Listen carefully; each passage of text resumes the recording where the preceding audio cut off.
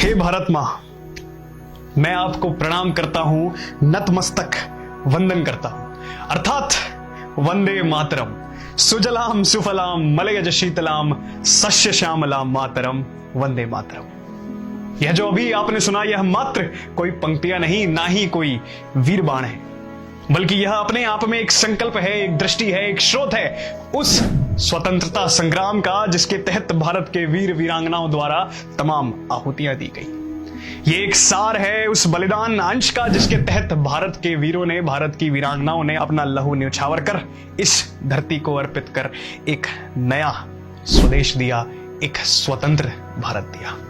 आज इसी कड़ी के तहत हम बेशक नए वर्ष 2024 में जा रहे हैं। साल बदल रहा है, सन बदल रहा है, मगर एक चीज आज भी उतनी ही रूप से व्यापक है, वह है क्रांतिकारियों का प्रण। एक प्रण जो सदैव रूप से अटल है, जो सदैव रूप से निर्वाचित है। आज उसी अंश में एक प्रसंग आपके समक्ष पेश करेंगे, उसी रपट से जो आंखों देखी है, जिसका पुख्ता सबूत श्री उपेंद्र नाथ सेन, बांग्ला पत्रिका बंगाली के संवाददाता करते हैं। वह बतलाते हैं कि एक बार एक युवक क्रांतिकारी फांसी के फंदे के तख्ते तक पहुंचता है जो 15 फुट लंबा था।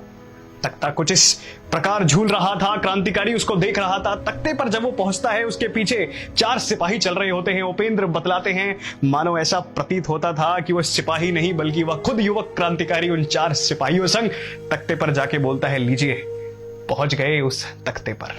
किसी क्रांतिकारी की अंतिम इच्छा ही उसकी अभिलाषा का प्रमाण दे देती है। वह युवक क्रांतिकारी बोलता है, मंदिर से मेरे लिए चरणामृत लेकर आइए।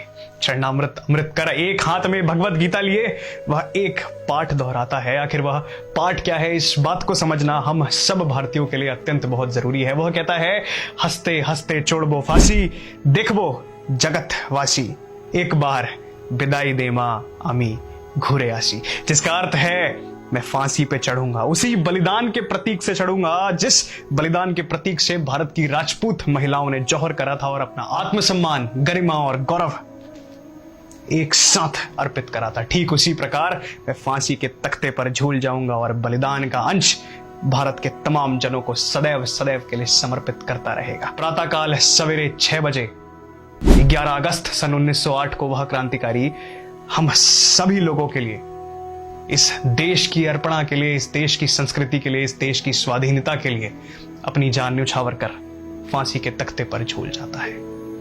यह विचार अनमोल है, यह विचार अतुलनीय है। तो आखिर क्या है यह विचार? यह विचार है खुदीराम बोस, वही खुदीराम बोस जिसके फांसी के तख्ते पर झूल जाने से एक प्रबल प्रवाह अंग्रेजों को आघात के रूप में सदैव सदैव के लिए खाता रहा। वही खुदीराम बोस जिनकी चिट्ठी व संदेश केसरी में बाल गंगाधर तिलक द्वारा लिखी गई और उनको 6 वर्ष भारत से बाहर मेंडले जेल में भेज दिया गया।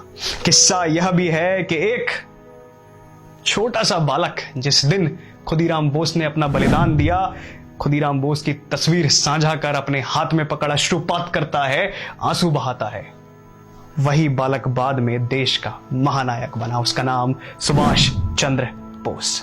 ये आहुतियां ही हैं जो भारत को बड़ा बनाती हैं, संकल्पित बनाती हैं, जो भारत को भारत बनाती हैं। अब सभी लोगों से आग्रह है कि भारत अपने आप में एक इतिहास है, भारत ही इतिहास है। इतिहास को कभी मत भूलिए, वीरगतियों को कभी मत भूलिए। आप सभी लोगों को, तमाम परिवारजनों को नए वर्ष की हार्दिक शुभकामनाएं। जय हिंद, जय भारत।